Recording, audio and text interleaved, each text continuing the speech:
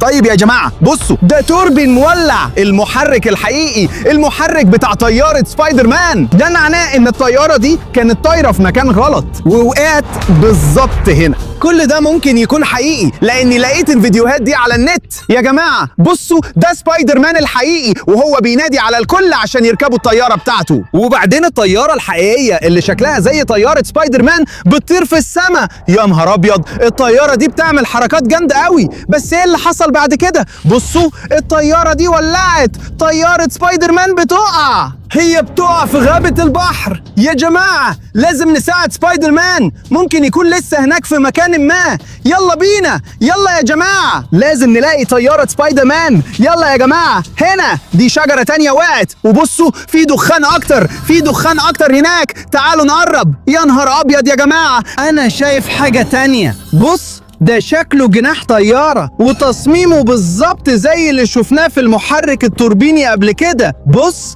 هنا نقدر نشوف الشبكة هنا. احنا شايفين ألوان أزرق وأحمر، وده عنكبوت بالظبط زي اللي عند سبايدر مان هنا. فدلوقتي أنا متأكد إن دي كانت فعلا طيارة سبايدر مان الحقيقية، وده معناه حاجة واحدة بس، سبايدر مان محتاج مساعدتنا. هو لسه موجود في مكان ما جوه الغابة دي، فلازم نلاقيه ولازم نساعد سبايدر مان. ممكن يكون هناك، فلازم نسرع. يلا بينا يلا. يا جماعة بصوا، في دخان هناك بس لونه أحمر، يعني في حد بيطلب المساعدة. يعني سبايدر مان ممكن كان هنا وكان بيطلب المساعدة من السماء بعد ما الطيارة وقعت. وبصوا، ده جزء تاني من طيارة سبايدر مان، برضو فيها لون أحمر، لون أزرق، ونوع من رسمة شبكة هنا. ده جزء ضخم وكبير جدا، وبصوا خبط الشجرة دي جامد جدا، علشان كده اتدمرت تماما. ده جنان، بس لسه محتاجين نلاقي سبايدر مان. لازم نساعده ولازم نفهم ايه سبب الحادثة. انت بتبص على ايه؟ بتبص على ايه؟ استنى، سبايدر مان انت هنا؟ سبايدر مان؟ لا يا جماعة، ده مش سبايدر مان، ده دادلي سبايدر مان، هو فقدها بعد حادثة الطيارة. يا نهار ابيض، ده جنان، دي بدلة سبايدر مان الحقيقية. بس لو لبستها ممكن اخد اي نوع من قوة سبايدر مان؟ تعالوا نجرب، وكمان هتساعدنا نلاقي سبايدر مان الحقيقي. أنا حاسس إني زي سبايدر مان الحقيقي دلوقتي. هو فقد بدلته، بس أنا ممكن أستخدم قواه عشان ألاقيه وأساعد سبايدر مان الحقيقي. هيا هوب هوب هوب، هيا هوب سبايدر مان. كنت أتمنى يكون عندي قاذفات خيوط العنكبوت زي سبايدر مان عشان أكتب على شبكة العنكبوت. بس بصوا يا جماعة، يلا نركز. عشان نكمل تحكيتنا عن سبايدر مان لازم نشوف فيديوهات أكتر عشان نفهم إيه اللي حصل. فأول حاجة، سبايدر مان كان بينادي الكل لطائرة سبايدر مان. الكل كان فرحان جدا عشان دي رحلة حقيقية. بعدين كانوا بيطيروا صح؟ وهم بياخدوا تذاكر لطائرة سبايدر مان، وكلهم فرحانين جدا. يا ريتني كنت اقدر اخد واحدة كمان. وبعدين سبايدر مان القوي بيجمع حاجاته للرحلة والمغامرة. ايوه، هو بينادي باقي الناس ينضموا ليه في الطيارة. وبعدين بعد الرحلة ايه اللي حصل؟ في حاجة كسرت الطيارة عشان احنا شايفين النار هناك. وبعدين حصلت حادثة ولقوا حاجات كتير جوه الغابة دي.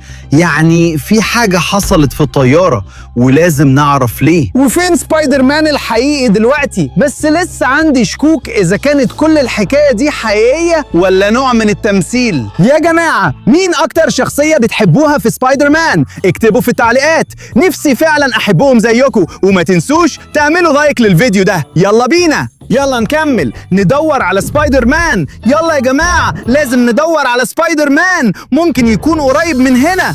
هاي، يا نهار ابيض، بصوا ايه ده؟ في حاجة سودة ولزجة على الشجرة المكسورة دي. يا نهار ابيض يا جماعة، انا عارف الحاجة دي ممكن تكون ايه.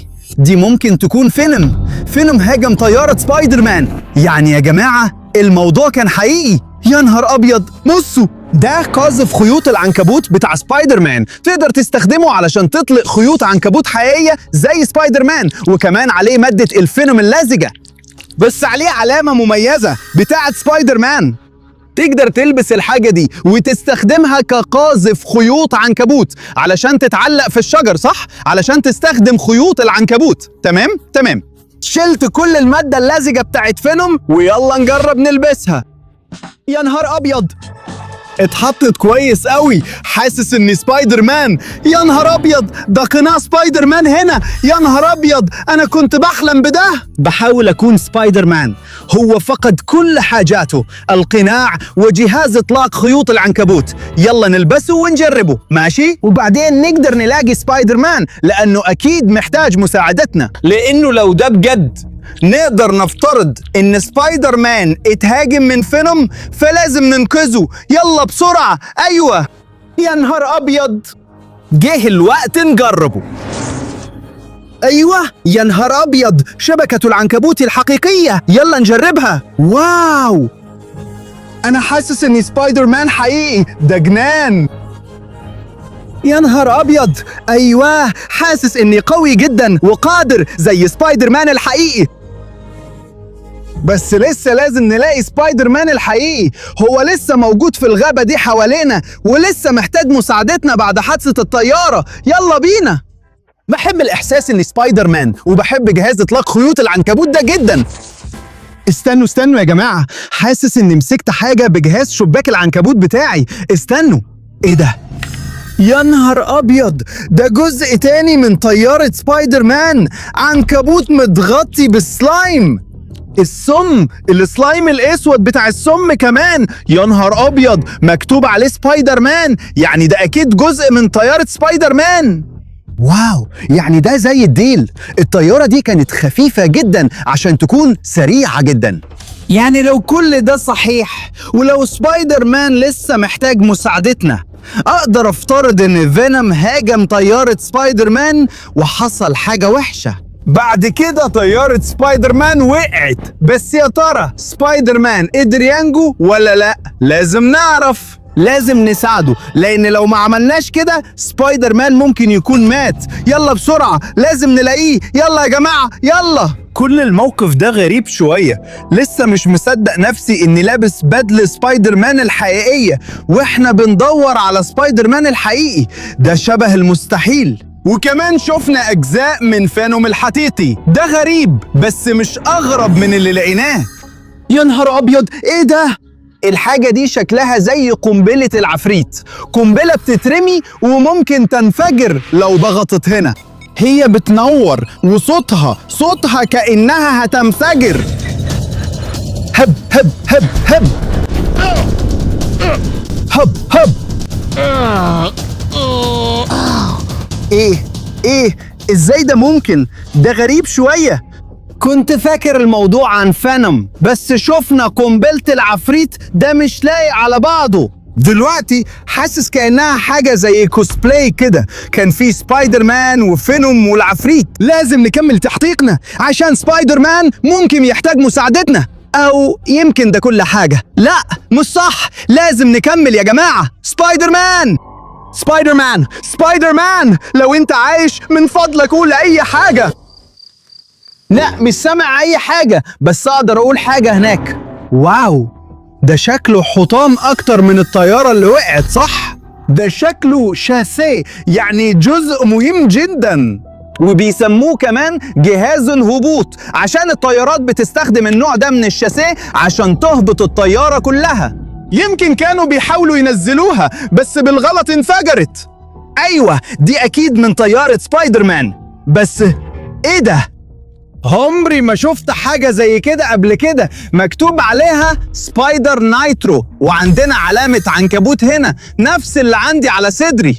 وبص على الأسلاك دي، يعني هي كمان جزء مكسور من طيارة سبايدر مان. النايترو كان بيخلي العربيات تمشي بسرعة زي العربيات السريعة. كلهم بيستخدموا النايترو والنايتروكس عشان يمشوا بسرعة جامدة جدا. فممكن تكون طيارة سبايدر مان كانت بتستخدم الحاجة دي. أيوة، إحنا شفنا الحركات دي في الهواء. فأنا أظن إن الحاجة دي كانت بتستخدم عشان يعملوا الحركات دي. فعايز أعرف لو سبايدر نايترو لسه شغال. واو واو، شفتوا ده؟ ده قوي جدا يا جماعة. واو، ده فعلا طيرني. يعني واو، شفتوا ده؟ ده فعلا رهيب وسريع جدا. ايوه، دلوقتي فعلا فهمت ليه طيارة سبايدر مان كانت سريعة كده. ووهو، ده جنان، ده رائع. بس يا جماعة يلا نركز، لازم نلاقي سبايدر مان. ممكن لسه يكون محتاج مساعدتنا، لسه لازم نفهم سبب تحطم الطيارة، ولازم نلاقي أدلة أكتر وأكتر لتحقيقنا. لازم نلاقي أجزاء أكتر وأكتر من طيارة سبايدر مان. يلا بينا. ويبدو إني لقيت دليل تاني. أيوة، نوى شجرة مكسورة تانية، وانا شايف ان الحاجة دي وقعت من السما، صح؟ بس ايه ده؟ هو فعلا عليه تصميم سبايدر مان زي بالظبط، وشكله زي مسدس كده. ايوه يا جماعة، ده مسدس شبك. يلا نجربه. تقدر تطلق شبك حقيقي علشان تمسك الاعداء بالحاجة دي. بيشتغل ازاي؟ مش عارف. عندنا هنا الشبك، شبك حقيقي. يمكن لازم نلبس قناع سبايدر، صح؟ يمكن لازم نبقى سبايدر مان حقيقي علشان نقدر نضرب من مسدس الشبك الحقيقي. واو. اوه استنى، ايه